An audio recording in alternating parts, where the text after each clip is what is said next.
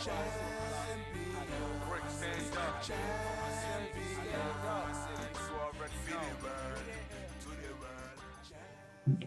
what's up, YouTube? This is Tony Harvin, and welcome to Tony Harvin Network channel. I'd like to thank everybody for coming to this podcast. I am a boxer podcast, episode number three. What we have from Jersey City, New Jersey, Nicoy, Zilla, Clarke, professional boxer out of Jersey City, New Jersey. What's up, Nicoy? What's up, my brother? How you doing? Man? It's a pleasure to be on your show. You know, you're always doing big things, and it's always a pleasure, man. So it's an honor and pleasure to be here right now. Wonderful. I appreciate that. So take us back to the beginning, man. Your upbringing, where you're originally from, and when and where did you come? Decide to come to the United States in general. All right. So I'm originally from a small place in Jamaica called Rose Heights. Basically, in a lot of people in America call it Montego Bay. We call it Mo Bay back home. St. James, Jamaica. And I came here when I was 11. I hit the States. I guess I'm about to give them my age now. 1992. I came here in 1992, and I landed in the Bronx. Me and my family, we stayed at my grandmother's house, and we was like, I'll say about 7 to 9 deep in a 1-bedroom apartment in the Bronx. Big up to all my people from Southside PCBX.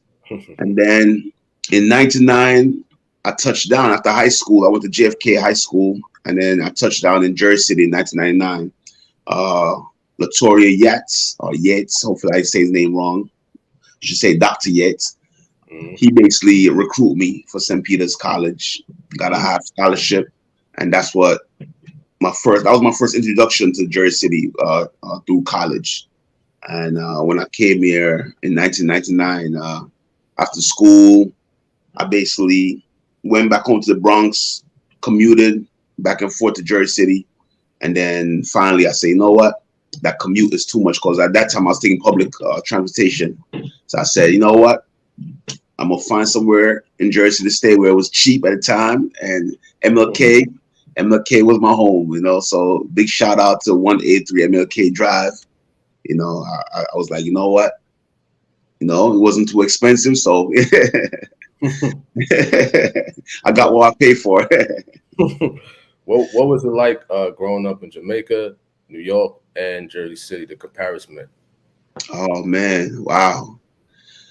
Like Jamaica, as you guys know, it's a big vacation place. But then when you live in the real Jamaica, it's rough. You know what I mean? Like at the age, I think I was 10 when I first got stabbed. I got stabbed twice.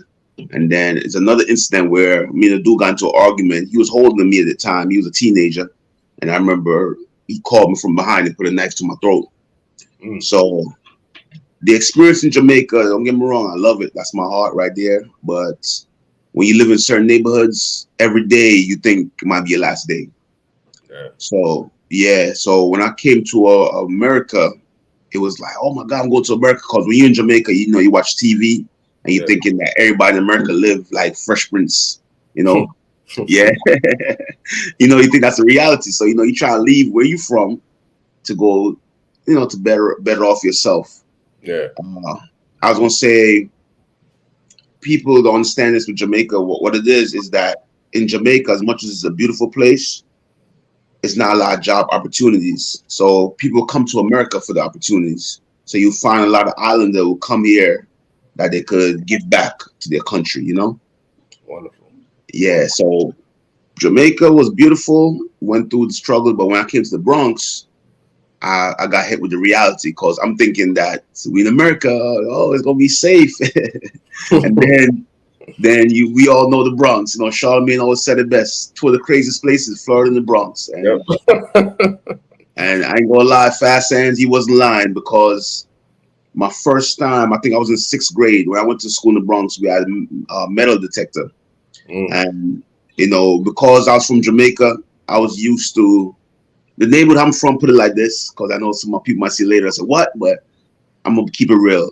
I was from a neighborhood where it was rough, so we always have some kind of weapon. So I came with that mentality, like I need something with me. So I had something in my book bag, and I remember one day was leaving school, and I heard everybody, like basically chasing someone.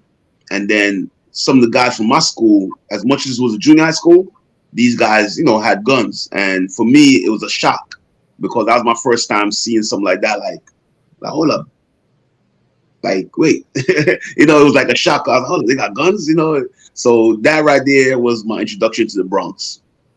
And then fast forward years to Jersey City, it was like coming from New York. You're always thinking like, oh, Jersey, Jersey, yeah, Jersey soft, da da da da da. You hear stories.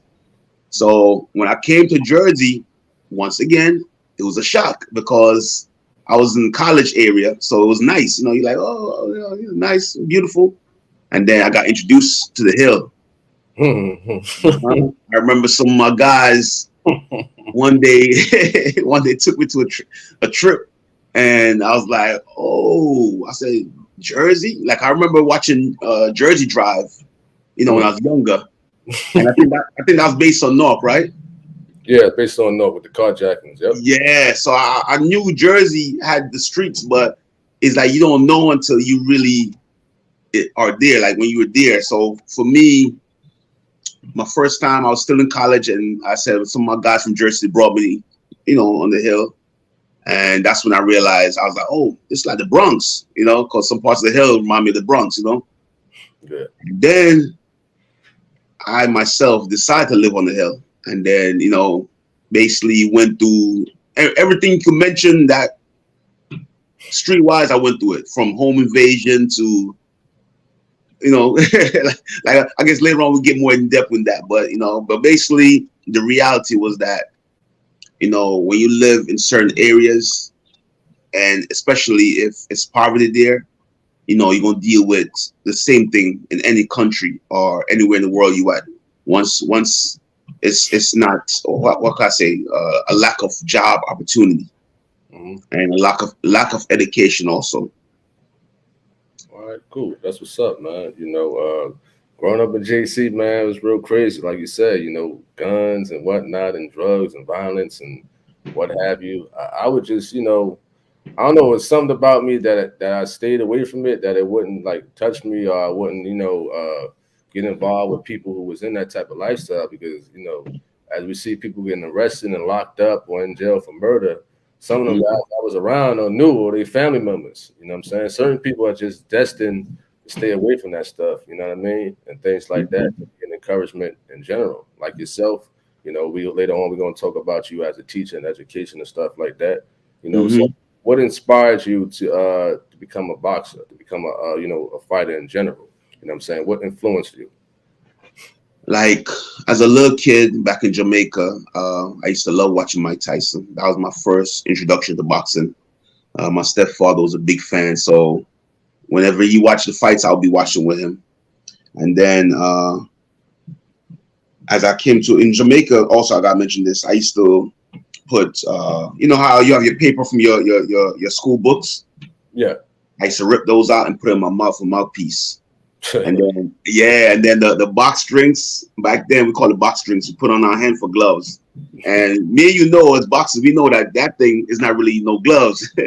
So we used to put in our hands, and then we used to be in the schoolyard. And me and my boy Vero, hopefully he's still here, I don't even know, because Vero was a rough kid, man. And we used to box in the yard. And I remember one day he called me right here, and my eye was like this big. And I went home, my grandmother was pissed. And she was like, I'm going to tell your mother, because my mother didn't play that. So I was begging her, Grandma, please tell mommy, Grandma, please. So long story short, I grew up fighting a lot in the schoolyard of Jamaica, whether it was real fights or play fighting. And then when I came to the Bronx, shout out to Southside, peace to the BX, my guys, when they watch this, they'll base the co-side. I was nice with the hands as far as slap boxing. Right.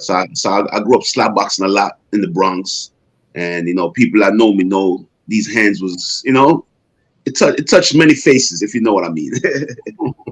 so here it goes now. Fast forward now, Jersey City. Basically, my boy, which was our teammate at one point. I ain't gonna say his name. you know who I'm talking about. Yeah, man. Yeah, so he basically he used to tell me like, "Yo, you gotta come box, man." Da-da. So I told him, I said, if I box, I'm gonna really want to compete because I'm the type of person. I'm very what's the word? Very competitive, and I don't want to just train just to train. I want to compete. So Yeah. I basically used to tell him like, "Oh, if I come, I'm gonna compete." But then it was a situation that happened, a street situation that led me to boxing because it got out of hand, and then once weapons were involved, I realized that it's either gonna be life or death. Either I'm gonna end up in prison or I'm gonna end up dead. And that was my first time I really came down to the basement. Shout out to Renegade Boxing Camp. You know, that's where I met my brother Fast Hands. You know what I mean? So that's where I all started boxing, and I trained for like 2, 3 months. I don't know if you remember Fast Hands. Like I was in there for like a couple months, and then I was right on it. And Ken, I remember Ken was in there talking trash. Like, oh, who this guy think he is? And big up to Coach Steve. He's like, Clarke, you're not ready yet. I said, yes, I am. He said, no, you're not. Yes, I am. He's like, you know what, Clarke, you're a grown ass man. Go ahead. And that's when, you know what I mean, I basically signed up, and he was shocked.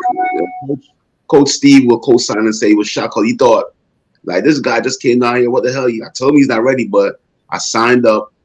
And then from there, I basically went to the finals, my first time competing. I won my first fight. The second fight, the guy didn't show up. The next fight, I won. And then I went to the finals, and I lost in the finals. But I remember everything happened in 1 month. And I remember he was saying to me, he's like, man, I'm proud of you because he told me I wasn't ready. But Let's go back a little bit. Describe your first day in the gym and your first time that you sparred. So a lot of people out there who's new to you know what I'm saying, these podcasts and whatnot, they don't know that we used to go to a gym or Renegade Boxing Gym in Jersey City on Warner Avenue, whereas though it was no sparring to the head. So describe this the first time you went to a gym, and what gym was it that you sparred with headgear on with somebody? How was that experience for the first time, being that you fought in the streets and things like that? Now you're about to spar with somebody who's experienced in fighting. mm-hmm. I would say my first time with the headgear on, it was kind of a shock. I'm trying to remember if it was in Bayonne or it was in Newark. 'Cause we used to go to Newark a lot. Yeah. Yeah, so I think it was in Newark was my first time. And to be honest, or it was Bayonne. One of them. I think it was Bayonne. I can't, to be honest, it's so many years now. I'm trying to remember which one, but I know the experience. Did you spar Terrell Wright? Yeah, definitely. I saw him numerous times, but my first time wasn't with him though. I think it was a guy from Bayonne called Spider. I don't know if you remember Spider. Yeah, I know. Yeah, I think Spider was the first guy they let me spar with, and I remember he was. I think he was better than me. He had more experience, so Yeah. he came with some good stuff, and then from there I was still I still had the street mentality where it's like, yo, hey boy, I did it for dead. So so I wasn't really boxing like I was supposed to. I was just throwing all kind of crazy punches because I was still inexperienced. And when I got hit to the head, it was, I guess it wasn't too bad because we had the headgear on. And as I grew up having, like, I remember my first fight in the amateurs. The doctor asked me why I decided to fight so late because I was 29. And I told her, I have like 30 fights in the streets. So just having that background of me growing up fighting, now in the ring, it was almost like, okay, I got headgear on, gloves. It was almost like mentally, I would say a little easier for me. Mm-hmm. Yeah, it was easier. And I would say at first, because as you get better and better, you meet guys that's better, then you be like, oh, it gets crazy. But that's another thing we'll probably discuss later. But the first time, it wasn't so much a shock because when I first started boxing, I had a lot of anger. I was going through a lot in my life. And I guess that anger kind of propelled me. I used the anger. How could I say it? It was like boxing saved my life. Put it like that. Mm. Yeah. Wow. So during your first amateur fight, and those who's not familiar with boxers before they turn pro, some of us, boxing the amateurs is to get some experience. and things of that nature. So your first amateur fight, what was the preparation? What was your diet like?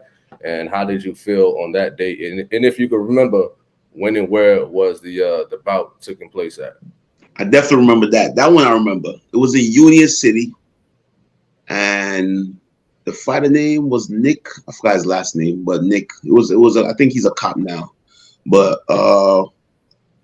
that first fight happened in 2010. Yes, I'm trying to remember. Yep, 2010. So that's what, 13 years ago, right?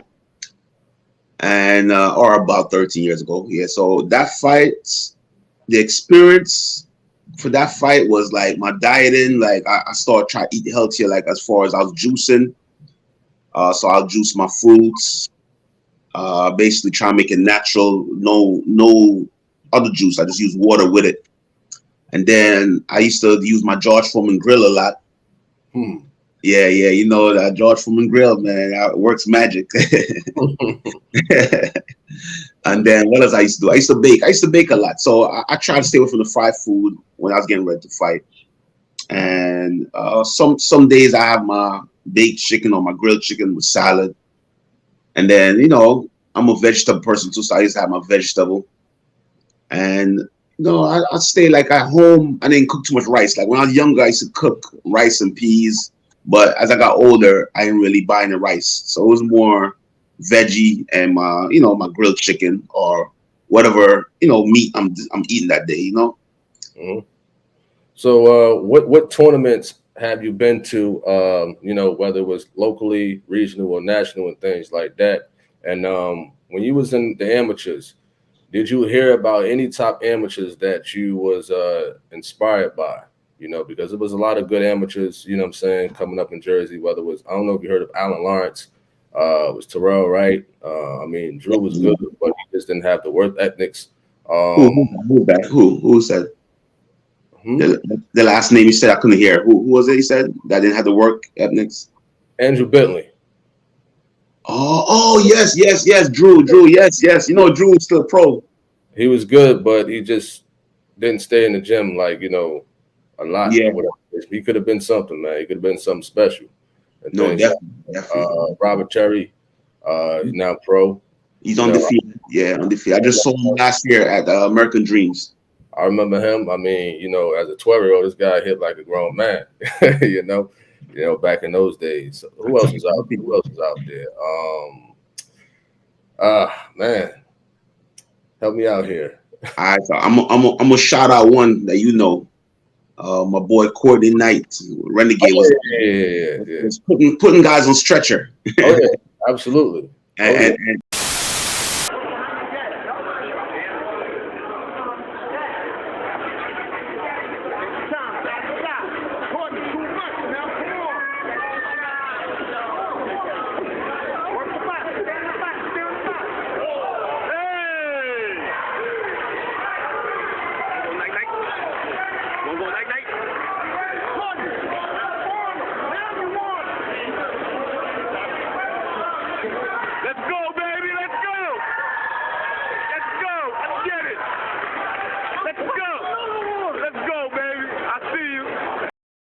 And me and him went pro together. Actually, you probably don't know this, but we actually went to Trenton to get our car together. But he just never, he never used it. But he basically, Courtney, if he was more disciplined, and Courtney, when you see this, you'll probably be mad at me. But if he was more disciplined, he could have been a problem because he was known for putting guys on stretcher in the amateurs. It's all good, man. It's corrective criticism, man. It's no shot intended, but a lot of them out there could have been, one of the best. You know what I mean? But like I said, it's hard work, going to the gym every day, running, then you got a family, you got to feed and stuff like that. It's tough. And I got pause because I was thinking about it. I was like, I should hit Fast up and see if he don't mind me asking him about this. But I said, since we're here having the debate, I gotta ask you. Ask me about what? Basically, remember we were using the finals? Oh, okay. And for years, we know you earned the name Fast Hands. Like, your hands was just crazy.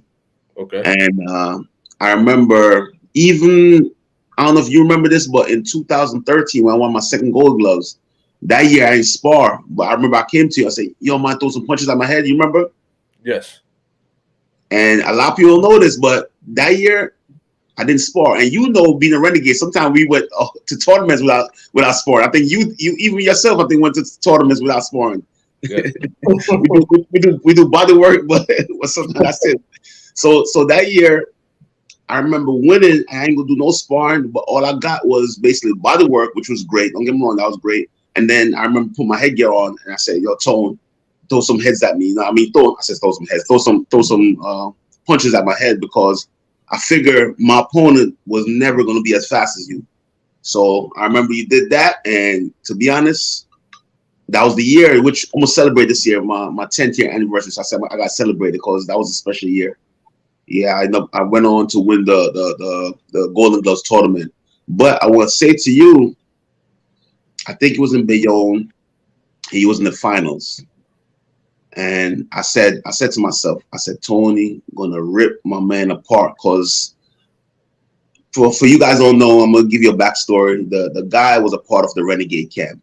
And you know, Tony used to have fun with him. Like Tony used to, you know, no disrespect to him, you know, but you know, he's his son. He was like his son, you know what I'm saying? So when you guys fought in the finals, I was like, yo, Tony gonna ragdog him. And you know, I love him. You know, he's still was, you know, he wasn't a part of us no more, but we still had love for him. But you know what I mean? I'm all for the team.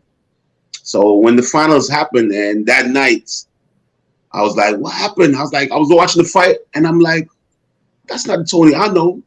Because I said usually used to ragdog him. So now I was kind of shocked. So I got to ask you, like, do you want to talk about it? Like what happened that night?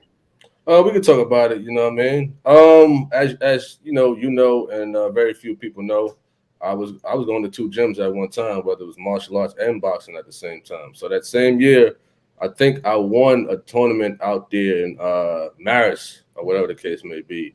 And then like maybe a month later, it was the Diamond Gloves and stuff like that, you know. So that's when we went to the fights somewhere in New Jersey. I was supposed to have a fight, and I saw Gio, which is George Gathers. But my guy, he pulled out, so I guess I got the walkover win to the finals, and Bayonne to fight Pedro, what is his name, Pedro Ramos or something like that. Mm-hmm. So me back then, you know, I was a little arrogant or whatever the case may be. Like I'm gonna win, I'm gonna take this or whatever the case may be. And the thing is, when I got in the ring, he only caught me like one good time, but he just looked active to the judges and whatnot. You know what I'm saying? It was almost like I trained for like a 12-round fight because I started warming up around the middle of the second round. But I didn't know. I must have forgot that it was only 3 rounds. You understand that? Oh yeah. Go by so fast. I'm like, man, you know, before when I first started boxing, it's like, man, it felt like it's taking so long to end. But now it's like it went by so quick, I ain't get enough chance to, you know, do what I planned for and stuff like that. You know what I mean? So mentally you was thinking that, oh yeah, it's a 12-round fight. I could just feel him out and then later on get him. absolutely. Like I said, he didn't land nothing solid really. He just was looking real active, and I didn't do too much in like the first round or the half of the second round or whatever the case may be. And I remember catching him with a nice right hand that I saw in his eyes that buzzed him, but I believe the bell ring or it just wasn't enough time to, you know what I'm saying, to really push the pedal and things like that. But, you know, I was thankful. And I kind of felt within myself, I was being greedy. You know what I'm saying? You know, winning a championship in martial arts. And I said, I'm going to take this in boxing and just, you know, I want to do this. After this, I want to do something else. So, I took some time off to rest my body. But at the end of the day, you know, it was a good experience. You know what I mean? I think something like that happened with I think it was Gio and what's his name, Terrell or something like that. Yes. Similar that happened, you know, whereas though they had to fight each other. I think George was at Bayonne PAL after he left Heavy Hitters. Yup. You're right. And that was Terrell. He looked up to Gio and stuff like that. So they fought in the finals, and Terrell won. Sometimes it's just like that. I thought Gio won, but he won.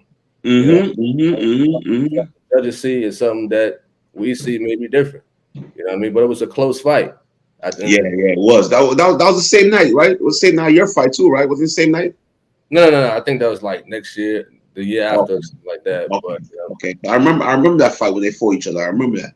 but it was all respect between them two. Although he looked at him as a role model. He was like from different areas of Jersey City and stuff like that. Stuff like that happens. It No, it does. happens. It No, it happens. does. It does. It does. It definitely does, man. Just that for me, I said as a person who saw both you guys when we were all renegades. It's just that I ain't gonna lie, it shocked me because I said I remember, when we was in the basement and we did our body work. Even though body work is different from sparring, you know what I mean. But still, it's still a form of. I would say it's a form of sparring because think about it. When you fight, sometimes it's good to go down to the body anyway. So Mhm. those body work was very effective. So I remember how he used to school Pedro. So for me, when that happened, I was like, oh, I thought it was gonna be the same thing. But just like I said, in boxing, what I mean, you never know, you never know. And then you just explained that you thought it was actually going to be longer, so you kind of was pacing yourself a little too much. Yeah. Where I could see that could happen too, you know what I mean? Because in some fights it could be like, oh, the round went by already, and in some fights it could be like, yo, when is the bell gonna ring? Yeah. I always Yeah. tell people that if you fight somebody hit hard, you want the bell to ring immediately. Absolutely. So when I think that year, like I said, I was training like I was about to fight a 12-round fight, take my time and stuff like that. But by that time, I'm like, man, I was thinking about the pros and stuff like that because that's how my body was getting now. It's no Yeah. longer like the amateurs. You know what I'm saying? They got to go in quick, just to try to impress the judges and whatnot. You understand? But that was a good time, for sure. So describe the process of you becoming a professional, the business to boxing, and your first fight as a professional. How was it? Ooh, nice. So the transformation, I know for me, I decided to turn pro, even though at the time I only had like about, I would say like 14 fights as an amateur. So when you really think about that, that's not really a lot. But because I started at 29, I was like, I ain't want to be a 30-year-old amateur still. You know what I mean? I was like, you know what? It's time for me to transform. And, I remember once again, Coach Steve was like, oh, nah, we need more fights. And I agree with him. But at the same time, I said I didn't want to be 30 something still in the amateur. So I said, you know what? Let me just jump out the window. So I turned pro. Me and Courtney went down to Trenton, got our cards and everything. I think I was, let me recall, was it 2015? Oh man, now I'm messing up with age. I think it was like probably 2015. I think I officially got my card. And a lot of people think that because you're pro, that means you're gonna get a fight immediately. That's not how it works business wise. You have to be connected, you have to know promoters. So at that time, I didn't know that. So it took me I would say almost 2 years before I get my first fight. And I remember it was 2017. I was gonna fight at the Armory, and the promotion was going well. I was selling tickets. I think by the time they canceled the show, I sold 60, and then my boy called me up and won like about extra 20 or extra 40. Basically, I was looking forward to sell like probably 100 tickets. Mm, So it was gonna be a great night for me. It yeah. was right there in Jersey City. It was a good thing. At that time, what's the name? Jersey. What do you call it? Jersey Journal was doing stories on me and everything. So it was a good look. And I think they did a story of being going pro, so that was good too. It was good promotion. But unfortunately, the show got canceled. Mm, So when it got canceled, I started sparring other guys in Jersey City, and big up to Coach J. Coach J told me to come through because I used to spar with Coach J back in the days. Because I told you a story before. I told me and Jason, we go back. You know what I mean? We go back from college days. So we start sparring against each other, and then he told Ray, which was the owner of the gym, that basically, I'm trying to get a pro fight. So at the time, Ray had Mike Polite Coffee. You know what I'm talking about, right? Yeah. So he had that guy, and I was sparring him, and I sparred him once. But I remember at the time when I sparred him, we had a little internet beef, put it like that. And I didn't know it was him until after I sparred him. I was like, oh, that's the guy that was talking crazy on the internet. So I ended up putting the video of me, hitting him with some good stuff and sparring, and he definitely didn't like that because at that time he was already pro. So he felt some kind of way, like, who's this guy? This guy didn't have a profile yet. He tried to expose me on YouTube. So Ray called me up and tell me to take it down. And I told Ray the story why I didn't take it down. But then they ended up getting it blocked off YouTube anyway. So all good. Yeah, they got it removed. Actually, get in there, Jab. Find your fine. Get your space back. Get your space. Don't reach. Get out that corner. Get out that corner, Clarke. Get out of there. Keep moving. Don't just punch out. Move your feet, Clarke.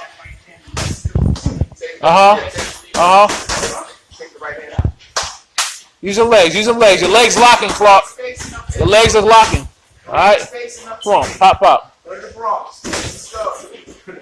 Get in there. Step in there with it. Step in with it. On. So move your head.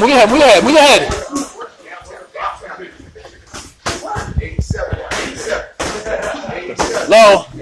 Check side. Check the sides.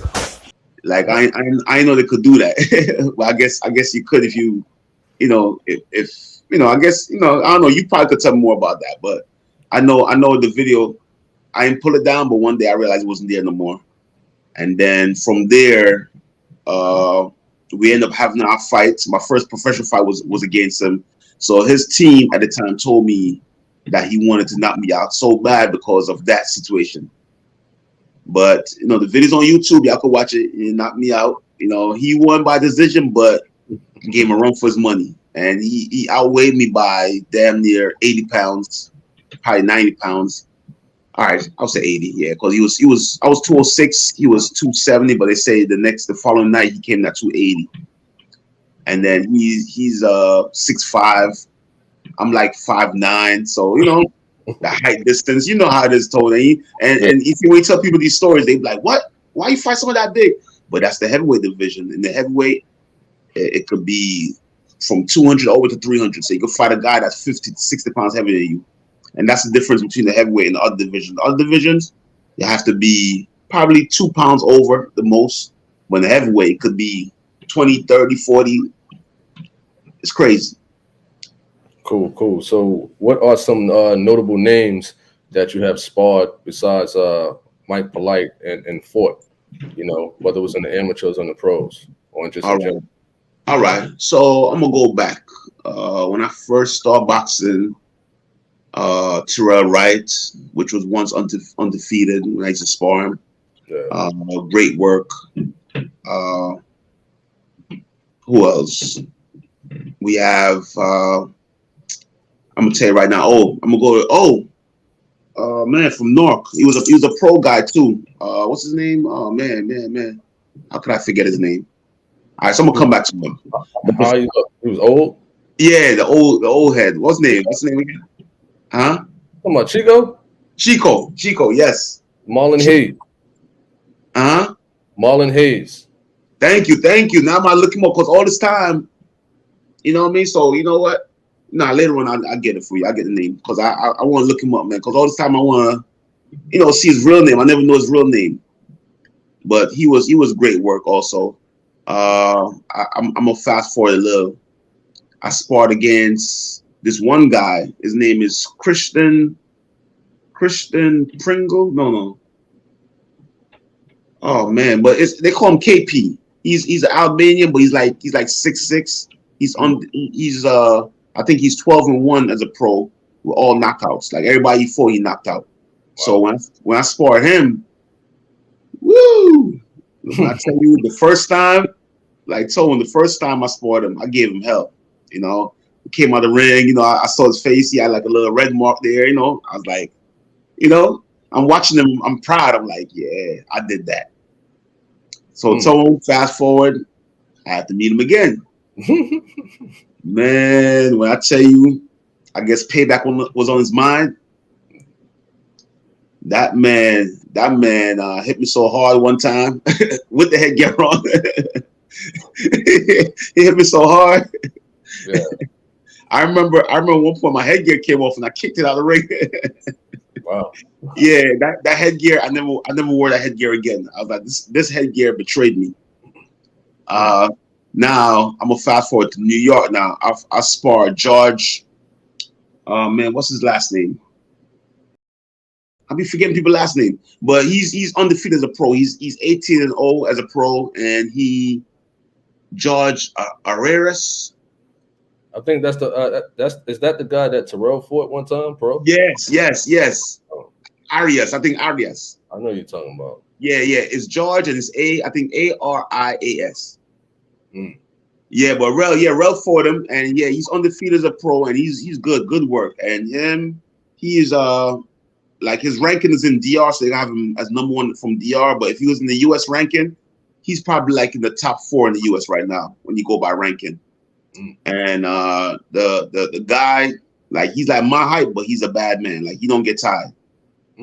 So I sparred him. Then the number 1 right now, the number 1 super heavyweight in the country right now, his name is Price. I think Taylor Price. I sparred him in Brooklyn. Yeah, he's another one. He's gonna be a beast as a pro. He's like 250, 6'4". He's like a modern day George Foreman. Wow. Yeah. This guy, he's number 1. Like if you look him up, he's number 1 right now in the US as an amateur. And he's a bad man. I saw why he's number 1, because when I was in there with him, he was kind of playing around with me because I guess he figured, you know, he's in his 20s. I'm about to be 42 this year, so he's like, oh. So a guy from Brooklyn, I know me, said, don't underestimate that man. so told he kept playing around, and then I caught him with that over left. Wow. Woke his ass up. Yeah, he got so mad, Tone. Now he tried to give him the business, but then, you know, think about it, Tone. We've been in this game for a long time now, so we seasoned. So all that shit was coming at me, I was blocking it like But he's tough though. I ain't gonna lie. Like he's gonna be a problem as a pro, because he's fast. I said very big, and you know he's not like sloppy big. He's like muscular big. So he's like a solid 240, 6'4". So yeah, it's gonna be a problem. And then I'm gonna see. I think it's one more I'm forgetting. All right, but as far as pro go, those are amateurs. As far as the guys I fought Deontay Wilder, younger brother, Marcellus Wilder in the Barclays. That was a great experience. I fought who else? This one guy, Colby Madison, when he was undefeated as a pro. Now he lost like 3 times now, but before he was undefeated when I fought him. He's from Baltimore, one of the top heavyweight out of Baltimore. And then who else? From Patterson, Norman Neely. Oh, I know him. He was like kind of like Terrell back in the amateurs back in the day, but he got caught up legally. He was, got sent to prison or something like that and came out. Yeah, he did 5 years. And I guess he still had, his abilities as a fighter or whatever. But he was much skinnier than that. He was like real skinny. That's what I realized when I looked him up before I fought him. I looked him up and I was like, oh snap, this guy had 65 amateur fights. I think they say he went to the Nationals 5 times. Yep. So he was a bad man. So now when I look at his record to fight him, at that time I think he was 5-0. And all the guys he fought, he knocked out. So I'm like, oh shit. So for me, everybody know me. That's one thing people say about me as a person. They know I have a different kind of heart. Like I might not be the best that night, but I'm gonna show up. so I showed up, Toad, and I'm doing my dance, and this dude from Patterson's like, oh yeah, let me show off for the camera. At one point, Toad, he got me in the corner, and the crowd was like, they thought it was over because I said this guy was knocking everybody out. And once again, I came out with that left, The whole crowd screamed when I caught him. And from there, it went to decision. They gave it to him, but it was a great fight because I was the first guy to survive him, you know. And then even when I spar him now, like now, I sparred him like a few months back. His coach always tell me that. His coach always be, yo, you're the first guy to survive. That's what's up, man. So I saw that you're into music. So what made you get into, you know, music, making videos and recording and things of that nature? Okay, so the music came way before boxing, right? Okay. I was doing music from, I would say from back in Jamaica, but I wasn't really writing. Like we was playing around, we'd be like this right here, you know? And we'd be like, we get man rule, boy, bad man, not talk, lick it up. I mean, you know what I'm saying? So we'll do stuff in the classroom. So when I came to America, my boy that was nice in Jamaica, some of his lyrics I would take because I was like, you know what? He's in Jamaica, he's not gonna know anyway. So big up to Vera. That was my boy, man. I said, I don't know, hopefully he's still here on this earth because he was a rough kid, you know, and he was nice. So when I came to America, in class, basically in the, we call it the hallways in the Bronx, I used to be rhyming. Yeah. And then they'd be like, yo, that Jamaican kid is nice. So I realized that at that time, people like it. They like the reggae. So then I think I fast forward to high school, same thing. I'm doing the same thing, and cats show me love. And then college is when I really, really start writing. Because college, they had like a orientation. Yeah. And there was like, who got a talent? And my talent was that. So I did my old school stuff that I never wrote before.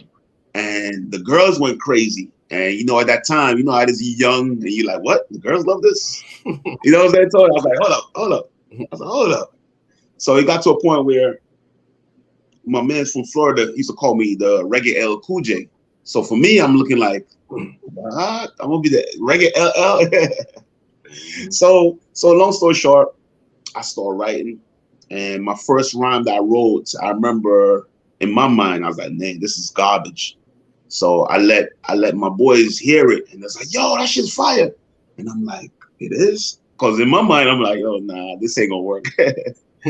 So I agree with them, and I start performing on campus. And then once again, the crowd used to show me love. And then from there, I just used to do shows in different colleges, different clubs in New York. Went on tour. Like basically, the music was looking good. Like WLS played two of my song, Run Boy, and I think I Fear No Man. I can't remember if it was I Fear No Man, but I know Run Boy definitely played. And this was while I was still in college, Stone. So just think about it. I'm not signed. So for me, I'm like, yo. So when people at NJCU heard my song on the radio, they came back and told me that right there, it just hit differently. So the music was my first love, and then I said I'm gonna use the boxing to propel the music because I was like, if I win in boxing, more people will listen to my music because they'll be like, you know how it is. They always say people listen to a champ. If you're a champ, it's more likely people pay attention to what you're saying. So that was my goal, was to use the music. I mean, use the boxing to propel my music career. But then once I turned pro and I realized I've earned more money boxing than as a musician, I was like, you know what? I'm gonna stick to boxing because the boxing, not only was I able to fight, I was able to train people. I was able to got hired by NJCU. I had like what was it? It was 2 sessions. Yeah, two fall, not fall, but I would say like 2 contracts they gave me with like 10 sessions at a time.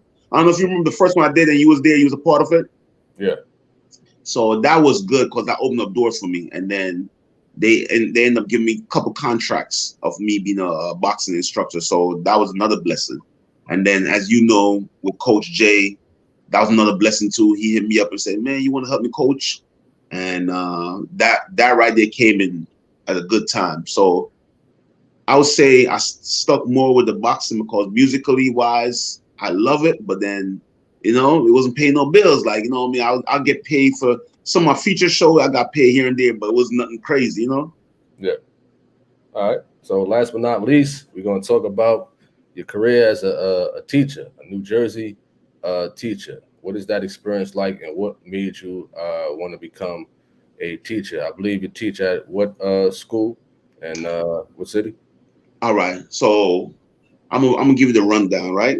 Okay. When I was a little kid, I always say I want to be a firefighter, and then from there, I always say I want to be a teacher because in the Bronx, the neighborhood, it was like I played basketball also, so I used to help the kids. And my boys, they used to tease me. They used to tease me and say, "Zilla, love the kids," because I was the one that would show them how to shoot or show them how to do certain things on the court. So me being the oldest out of all my brothers and sisters, like my mom alone, she had four boys, and I was the oldest, so I had to take care of them. So I used to have to tutor them and help them with their homework. So it was always in me. So once I went to college, I said to myself, I'm gonna do computer science, but then I didn't like it, so I ended up saying, you know what? I was always good in math, so I majored in mathematics, and then I say, you know what? I'm gonna be a teacher. So when I first started, after I got out of college, it was a rough road because I thought that once you have your degree, you become a teacher like that. And I had the rude awakening of basically I had to sub for a couple of years before I got certified. Mm. So the journey was my first year, I think I was at PS34. Then I was at 41. Hmm. Yeah, you know those schools. I know you know those schools. Yeah, so 34, 41, Lincoln, Ferris. I did 1 year first. Lincoln was my best years because I stayed there, I coached there also. And I remember Dr. Wins, God bless his soul, he basically gave me my first contract at Lincoln. So that was a blessing. Uh, then currently I'm with, shout out to Dr. Blake Garrett. I'm currently comp head slash supplemental teacher for the non-public division. So the Board of Ed has a division called non-public, where we go in to private schools, and because these students, they are, what can I say, they're from Jersey, so the law says they should still get the same uh, help such as the public sector. Because in the public school, we got special eds, we have resources. You know what I'm trying to say? In private schools, sometimes they don't have that much resource as a public school. So they have a person like me now, where we'll go into the non-public sector. And I basically do numerous schools. So I'm no longer in one classroom. Like before, I have my own classroom. Now it's more of me going, pulling kids, like small group, and the ones that really need help in math or in ELA, that's where I come in. So I'll see them twice a week. And then sometimes I'll be in that school all day. Sometimes I'm in numerous schools. Sometimes I'm like here for one class, then I'm out. If you get what I mean. Yeah. Yeah, so it's like I'm like a traveling teacher now. That's cool. That's what's up, man. And last but not least, last question of the day. What type of advice, encouragement would you give to the youth or just people in general about, how to better themselves and how to stay out the way and to better themselves for careers and things that they want to accomplish in life? So I would say patience, consistency, and determination. You could change a nation. I think we start off talking about time, putting time in. Remember, our time and our choice is very vital. So don't let no one waste your time or take your time for granted. And also, don't waste your own time, because sometimes we get in the way of wasting our own time. Now, I'm going to say it again. If you have your choice and time, use it wisely, because sometimes we make choices that basically could mislead us in the wrong path, and we might not be able to get that time back. So once again, time and choice, those are things that always think about. Whatever you do in life, just think about that. The choice you're making and the time. So spend your time wisely. Remember, in order for you to lead, you must read. So read a lot of books.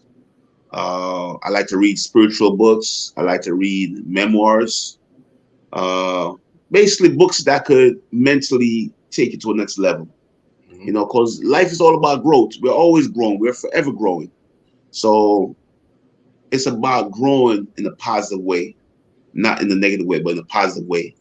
So once again, I'm gonna leave by saying patience, determination, and discipline. That's what's Or up, man. yes, or I could say this right here: discipline, dedication, and determination.